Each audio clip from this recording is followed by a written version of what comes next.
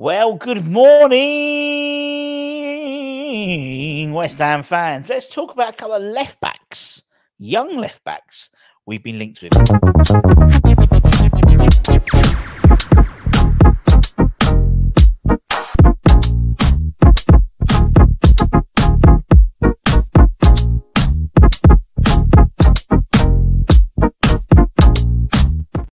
Yes, everybody, Russ on the West Ham Network. Hope you're safe and well. Hope your Tuesday is going swimmingly. Now, yesterday, Hammer's headlines, we spoke about the Fiorentina left back, Michael Coyote, and encouraging. We've been linked with guys such as Michael, young, hungry, could be a nice little profit if we eventually move him on. But today, or yesterday rather, we've been linked with two more left backs. So I thought we'd have a bit of a chinwag about them and just shoot the breeze. So I think it's interesting. Both are young left backs, and both apparently we are, well, fighting for their signature apparently with Chelsea amongst others. So let's start with Archie Brown. Archie Brown. Oh, he can't make it up. Apparently us and Chelsea are both interested in the Ghent left back Archie Brown. According to a couple of news outlets, he was scouted at the weekend by a host of Premier League sides, who additionally is also of interest to Leeds United, as well as a number of foreign clubs. Apparently, Brentford, Fulham were also in the frame for the 21-year-old left back, who is featured as a wing back within the Pro League in Belgium this season, as well as Brown. Chelsea and West Ham are looking at another left back, which we'll talk about in a minute. But clearly, left back is an area we will be prioritising in the summer. We know Aaron Cresswell. He's a veteran of 330 odd West Ham appearances. Only 7 times this season he's appeared for David Moyes, as his contract is coming to an end in the summer, and a replacement will be needed. Obviously, we've got, Emerson. He arrived last summer, 2 summers ago actually, and could be in contention for Hammer of the Year this year. So it definitely is an area we need backing up. Now, Brown himself only joined Ghent at the start of the current campaign, but appears to be in line for a move with no shortage of suitors. So West Ham are going to go head-to-head and hopefully be head of the queue in terms of putting in a offer for Archie Brown. What a great name for a footballer. Himself, he was born in Birmingham. So would he? How long was he at Birmingham?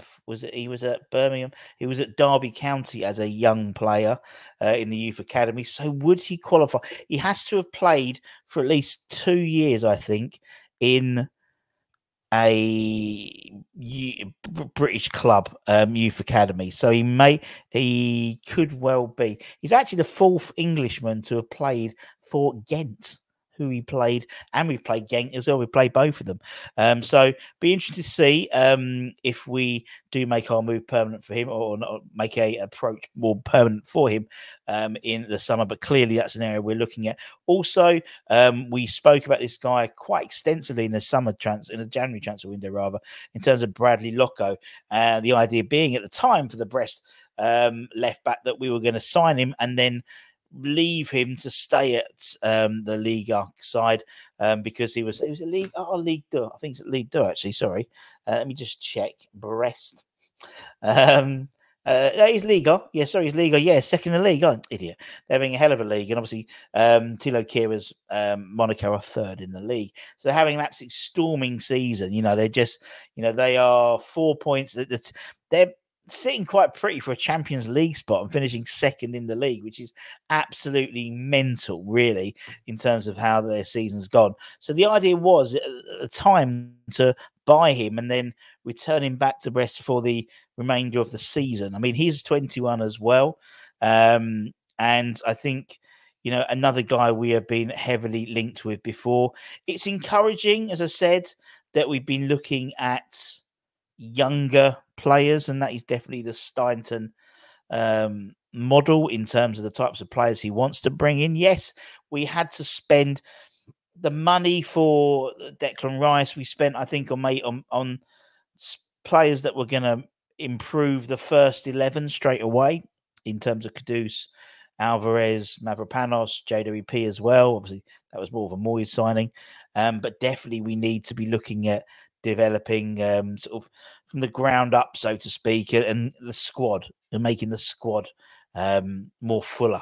And with someone like Cresswell going, obviously one of the older players on the books, you know, you got him, Oggy going as well, 30-year-olds, over 30-year-olds would definitely take the age of the side down if we bring in someone like Bradley, for example, or Archie, both sort of 21, 22s.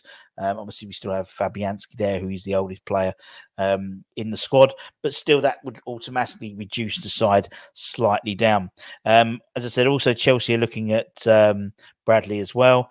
And so, yeah, I mean, where we're obviously looking for a replacement for Aaron Cresswell, they'll be, imagine, looking for a replacement. I mean, Cucurella hasn't really done it. And, you know, they sort of seem to, you know, clearly look at left back as an option. Obviously, there was the whole saga with us and Ian Martson as well. So, yeah, it does seem that both sides are going to be looking for a left back, and we could be looking for the same left backs. But it does seem, as we said, we've already been scouting, particularly Archie. But as I said, we've already had an interest in Loco from the January transfer window. But there you go. And as I said, to add to that, we obviously Michael Kyoda from Fiorentina. We were linked to him, the 19-year-old left back as well. So it is encouraging. It does seem the players we've been linked to in the last few days. I grant it's not the, you know, we haven't opened the transfer window and things like that. But when you look at the players we've been linked with, you know, the likes of them, the likes of, who's the other gentleman marked with? Mandela Keita from Antwerp as well, 21-year-olds, defensive midfielder, already capped by the senior Belgium team. Definitely, you know, I might do a bit more about him because he's a very interesting character, very interesting character indeed, and clearly would be a different approach than maybe spending money on a Calvin Phillips, for example, in terms of making his, you know, going back in after his loan spell has finished. Yeah. Anyway, I think Anton's back later. He's going to be doing the daily show or do a daily video. So keep an eye on that. And then we're Hammers headlines. And then tonight should have Alex as well, the TikTok takeover. So yeah, actually, I tell you what might be tonight, actually, for Hammers headlines. It might be the David Moyes press conference ahead of the Thursday game at Freiburg. Tends to be 24 hours earlier than usual. Depends what time they fly out. I don't know if they're flying out today. I'd imagine they would fly out today, particularly with all the problems with the air traffic in Germany, by the sounds of it. It sounds like it's going to be an absolute nightmare for people to get to Freiburg this year, particularly in terms of flying. Isn't it? Lufthansa and various others are on strike. So, God, you know. Anyway, good luck. Good luck, everyone. But yeah, until next time, take care, stay safe, stay warm, stay humble, keep the faith, and come on, you bloody Irons. Thank you very much.